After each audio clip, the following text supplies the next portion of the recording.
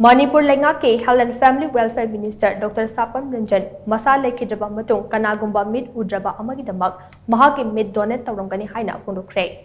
Wafom Masi National Program for Control of Blindness and Visual Impairment NPCB and VI National Health Mission Amadi Director of Health Services Manipur Sinduna Hotel Classic Grande Pangtokpa Kuntraga Mapan Suba National Eye Donation Front Night K Touram the Mahak na Phongdokkhre. I can see clearly now. Hybrid team da mamang thagi kun mangadagi lakliban nipan forward chathagadaba Touram aduda Minister Dr. Sapam Ranjana hai. Aikhoina Leikhidraba Matung kanagumba mid udraba amagidamak aikhoigi mid donate tawgani haina lawba firep asi yamna dairabasu asigumba firep ama lawba ngamliba asi taraina lawba yaroi.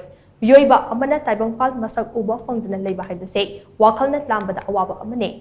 Adogumba miyoi singda mid donate tawduna punsigi mahaw ama piba haibase changdam ningai leite. Ngasi mid donate tawkraba miyoi singi imung manungda ikai kumna buliba se magun yamna leiba amane. Mahak Masasu Leikhidraba Matungda mid donate tawgani haina wasak lawde. Aikhoina hingligai matamda mid donate tawramnabagi firep ama lawba mathau tai.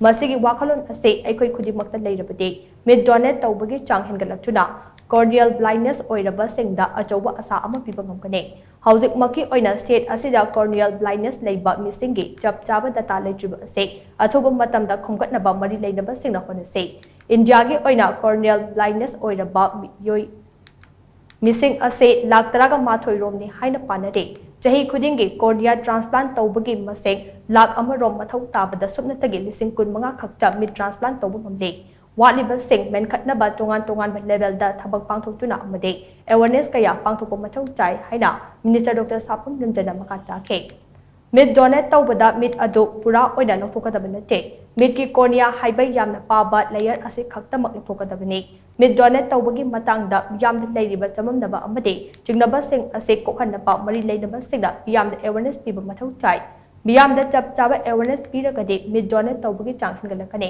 state asida hojik fawbagi oina corneal transplant taragani thoi mai pakna pangthokpa ngamkhiba asi thagatle masidagi hena corneal transplant tawba ngamnaba honasi haina mahakna makha chana phongdokhe ngasigi thauram aduda mid donate tawkhraba miyoi singi imung manung eye donation gi matangda thabak tawriba doctor amade organization singda appreciation certificate khusinaduna kai khumnu khe loinana kuntraga mapan subba nation eye donation fortnight ka mari leinana pangthokpa pending competition da makok mathang taraba mahairoi singda mana mathum piduna puning thawatke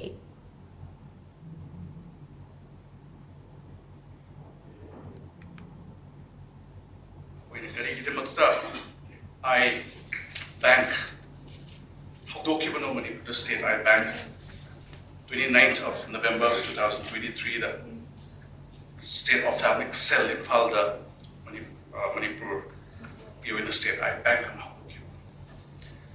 to ngasai at warsan hai but challenging way you say it down to I say and the challenging way money decision number low Sigi decisions are quite.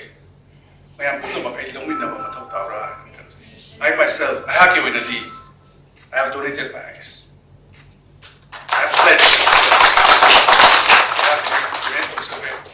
I have taken the pledge to donate my eyes. Sigi wakalon se quite putting up the convene naraga. Sigi masinus mekalaka.